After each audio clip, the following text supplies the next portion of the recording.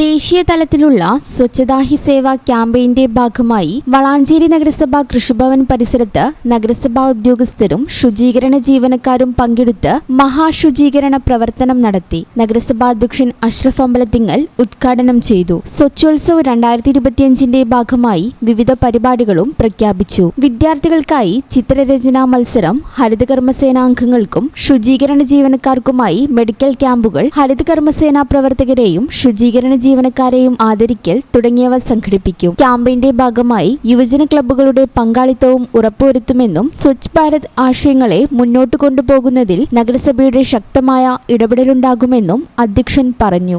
2025 mass ക്യാമ്പയിന്റെ ഭാഗമായിട്ട് വളാഞ്ചേരി നഗരസഭയിൽ ഈ മാസം 17 മുതൽ അടുത്ത ഒക്ടോബർ 2 വരെ പൊതുസ്ഥലങ്ങൾ ഒക്കെ ശുചീകരിക്കുന്ന പ്രവർത്തനങ്ങൾക്ക് തുടക്കം കുറിച്ചിരിക്കുകയാണ്. അതിന്റെ ഭാഗമായിട്ട് വളാഞ്ചേരി നഗരസഭ കൃഷിഭവനിലാണ് ഇന്ന് ശുചീകരണം യജ്ഞം നടത്തുന്നത്.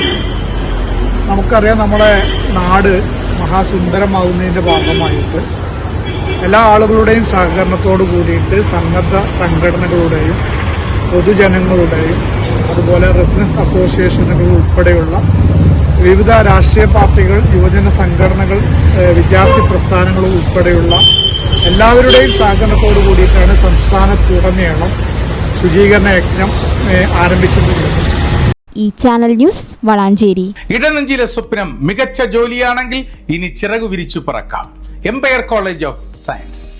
Empire College of Science, Moondal, Kuttipuram, Malappuram.